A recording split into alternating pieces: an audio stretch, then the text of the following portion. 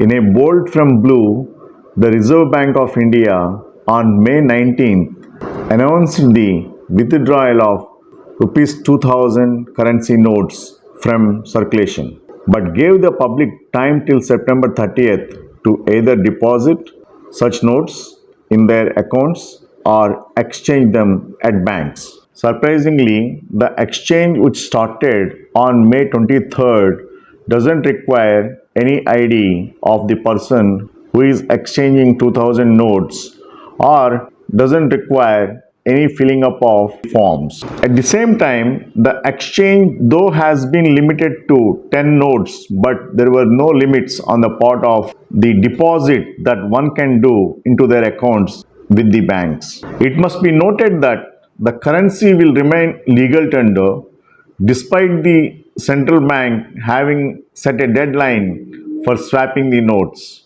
at least as of now. One thing is for sure, that the announcement once again has rekindled the memories of confusion that played following the demonetization of notes that was effected on November 8, 2016. This time again, the speculation is ripe on the part of the motives for the withdrawal of 2000 notes soon after the Karnataka elections. Some said that it's an exercise to make the black money hoarders to lose their black money, or it's a way to bring them to the tax net. That's one motive aligned to the withdrawal of 2000 notes.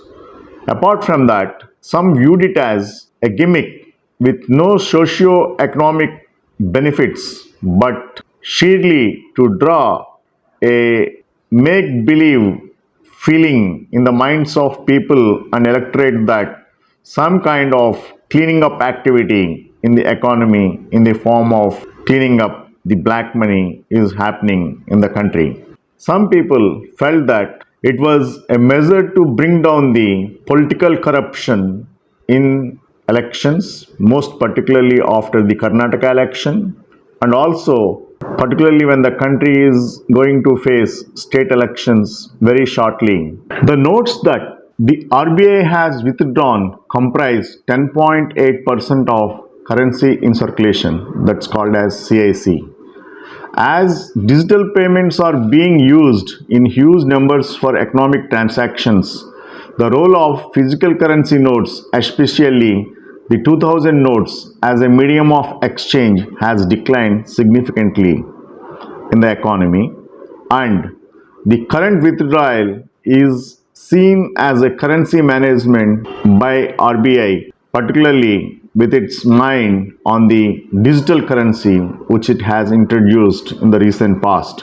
However, the withdrawal would help dig up a significant portion of 3.6 lakh crores of currency in circulation, that is 1.3% of GDP in 2000 notes currently, and the measure could boost banks' deposit base and liquidity in money markets to the tune of at least 40,000 crores to 1.1 lakh crores.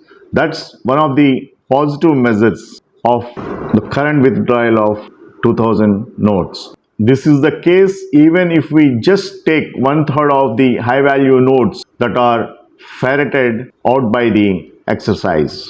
Most importantly, the unaccounted for income could possibly fuel demand for high value or conspicuous consumption items, including real estate and precious metals to an extent. Further, as it was opined by Reserve Bank of India, it may even help to an extent in its cashless drive acceleration. Having said that, in a cash-driven economy like ours, where internet penetration is just about 48%, realizing the dream of digital India will need a lot more than knee-jerk reactions involving flushing out of high-value notes.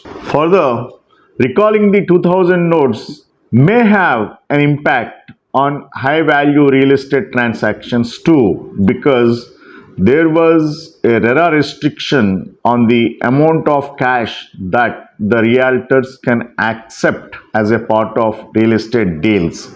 So, keeping that rule aside, realtors may not be in a position to collect cash because the cash is available in abundance in 2000 notes and conclude their transactions in hurry to gulp up the inventory that got piled up in the system. And also, what we need to keep in mind is it may also impact the sectors like gems and jewelry, MSMEs, and the movie business, agriculture, and other informal sectors. But will it stop the generation of black money? For that, the answer may be no, because black money cannot be stopped or managed by changing denominations. There are ways to shift into other denominations or forms of assets for the black money holders times immemorial, and they were inventors of such modes even. It was proved in 2016 beyond doubt that the hoarding of currency will shift in denominations, which hitherto has happened in 2000 notes, but going forward, it may happen in 500 notes. That's what the exchange that's taking place at this point of time.